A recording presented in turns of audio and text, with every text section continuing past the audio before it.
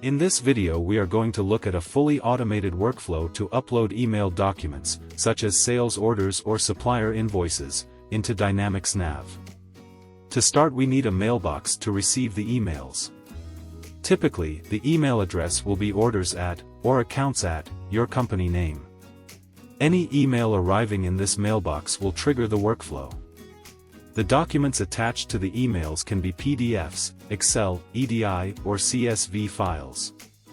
To automatically detach the document, we use an email macro or business process app, such as codeless platforms, Zapier, or Make.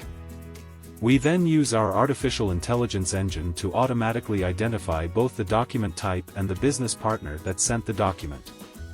If the document recognition step doesn't find a match, the document is sent to customer services for review.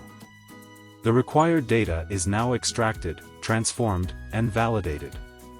If the data validation step is successful, the order or invoice is passed for uploading into Dynamics NAV.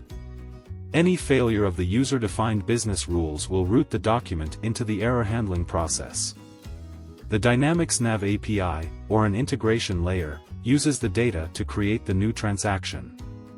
The integration process will confirm that the order or invoice has been created.